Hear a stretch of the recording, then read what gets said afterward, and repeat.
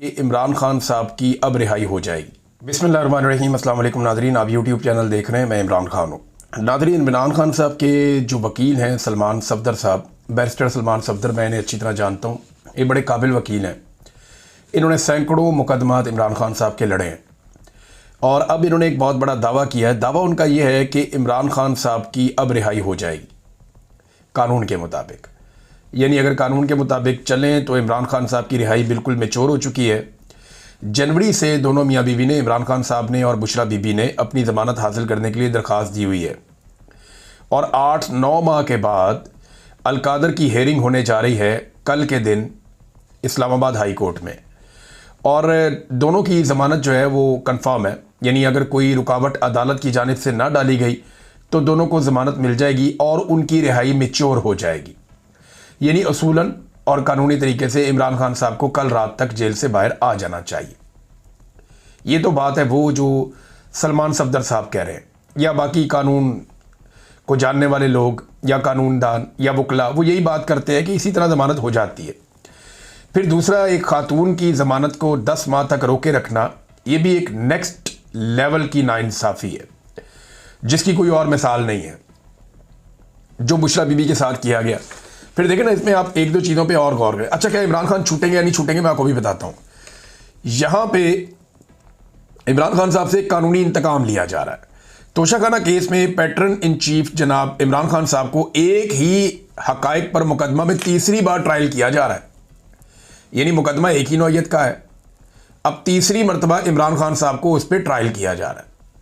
तोशाखाना में फ़र्ज़ करें कि एक वज़ीर आज़म है, वो 200 चीज़ें ले गया। वैसे इतनी चीज़ें तो नहीं ले जाते, लेकिन 200-300 चीज़ें भी ले जाते हैं। शरीफ ख़ानदान जितना सामान तोशाखाना से ले गया, अगर हर चीज़ पे एक एक मुकदमा बनाया जाए तो अगले 200 साल उनके ऊपर मुकदमा जो है वो चलते रहेंगे।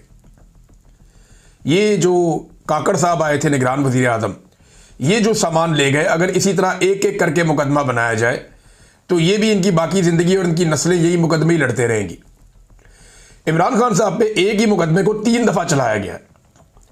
यानी पहली मरतबा एक जज हमायूं दिलावर साहब ने 3 साल की सज़ा सुनाई इसी मुकदमे में, फिर ज़रा इसको ट्विस्ट करके दोबारा लाया गया और फिर जज जो है बशीर साहब, उन्होंने 14 साल की सज़ा सुना दी इसी मुकदमे में।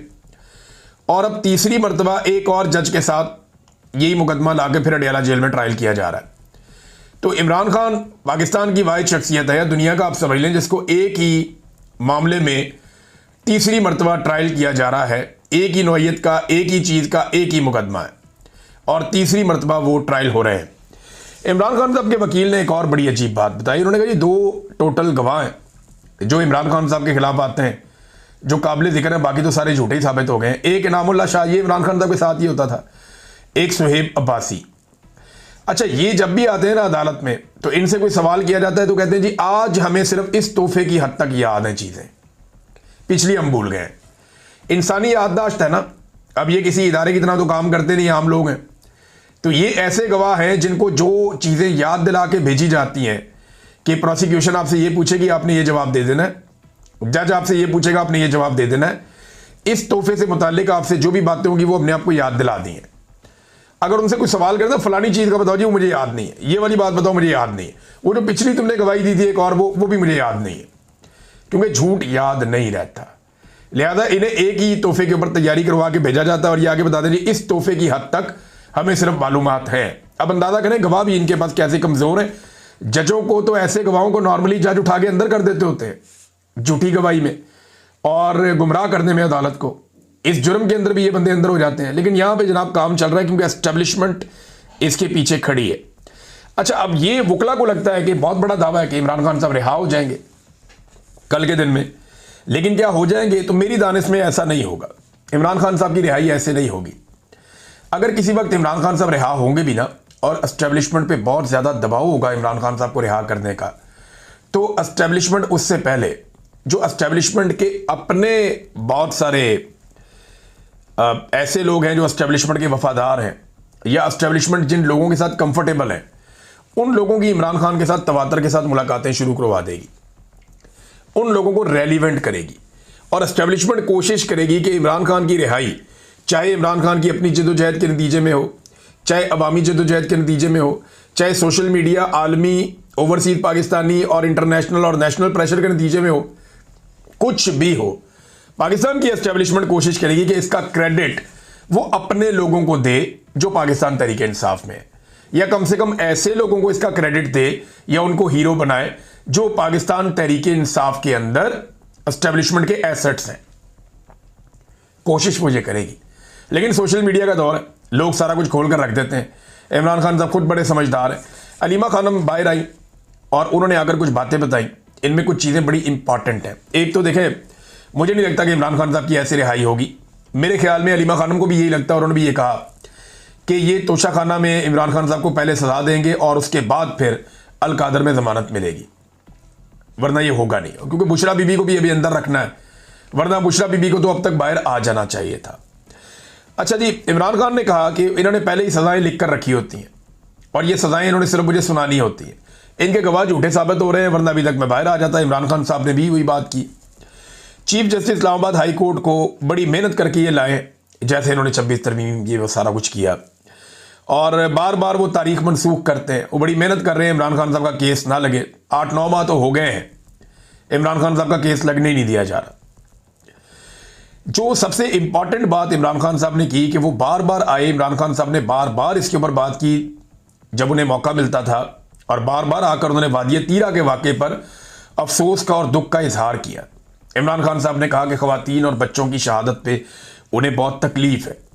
उन्होंने कहा कि मैं 1 साल से कह रहा हूं कि ऑपरेशन ना करें, यहाँ पे कोलेटरल डैमेज होगा, इसके नतीजे में नफरतें बढ़ेंगी और दहशतगर्दी बढ़ती चली जाएगी, और खैबर पख्तूनख्वा की हुकूमत को ट्रैप कर दिया गया है। अफगानिस्तान में भी वो ये कह रहे हैं कि इसी तरह हुआ था।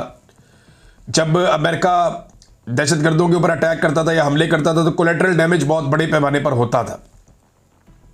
करजई की और गनी के जो 2 अदवार गुजरे हैं उसमें उन्हें ये बहुत बड़ी प्रॉब्लम हुई है कि तालिबान जहाँ पे भी जाते थे उन्हें बहुत बड़ी सपोर्ट इसलिए मिलती थी कि लोगों के साथ जुल्म बहुत हुआ था ऑपरेशन के नाम के ऊपर। तो ये इमरान खान साहब ने मिसाल दी। फिर उन्होंने कहा जी आसिम मुनीर साहब की जो अफगान पॉलिसी है उस पर शदीद तनकीद की इमरान खान साहब ने। तफसीलात आ जाएंगी, मैं आपके साथ शेयर करूँगा। और कहा जी अफगानों के खिलाफ बयानात भी दिए गए, हमले भी, बेदखलियाँ भी, ड्रोन हमले भी, ये सारी चीज़ें इमरान खान साहब ने कहा गैर ज़रूरी और गलत हैं। आसिम मुनीर साहब सारी दुनिया में जाते हैं, इनको जाना चाहिए था अफगानिस्तान, और अफगानिस्तान जाके अफगानिस्तान के साथ मामलात करने चाहिए थे, क्योंकि पाकिस्तान का अमन वहां पे जुड़ा है। नादरीन, फलक जावेद साहबा का पता चल गया है और मेरी मियां अली इशफाक साहब से बात हुई। उन्होंने एक पटिशन की थी इस्लामाबाद हाई कोर्ट में, लेकिन फिर उनकी गिरफ्तारी दायर कर दी गई है। पकड़ा तो उन्हें गया इस्लामाबाद से, अब पुलिस बहाने बना रही है जी हमने इचरे से पकड़ा है, लाहौर से। तो ये तो गलत है, झूठ है। रिटन रोड थाना में उनकी गिरफ्तारी दायर की गई है। गालिबन जो एक केस किया हुआ था इंफॉर्मेशन मिनिस्टर ने सूबाई, उस केस के अंदर इनको जो है पेश किया जाएगा अदालत में। सुबह ज़िला कचहरी में इनको पेश किया जाएगा नईम बख्श साहब की अदालत के अंदर। तो ये जो नईम बख्श साहब है ना, जज साहब जिनकी अदालत में पेश किया जाएगा, ये भी बड़े मज़ेदार जज हैं। मुझे पता चला कि इन्होंने ये 24-24, 25-25 दिन का रिमांड दे देते होते हैं, इकट्ठा ही जो मांगो ये दे देते होते हैं। तो अब ऐसा तो नहीं लगता कि जल्दी फलक जावेद साहिबा की ज़मानत हो जाएगी, लेकिन अच्छी बात यह है कि कम से कम वो अब पब्लिक हो गई हैं। कम से कम ये पता चल गया है कि उन्हें किस मुकदमे में और कहाँ पे रखा गया है, और अब मामला जो है वो कानून के दायरे के अंदर है। अब वकला देख लेंगे। अली इशफाक साहब इस केस को देख रहे हैं। उम्मीद करता हूँ कि जैसे वो हमेशा केस लड़ते हैं ऐसे ही वो यहाँ पे भी इंसाफ लेने की कोशिश करेंगे। अब तक के लिए इतना ही। अपना ख्याल रखिएगा, अपने चैनल का भी। अल्लाह हाफ़िज़।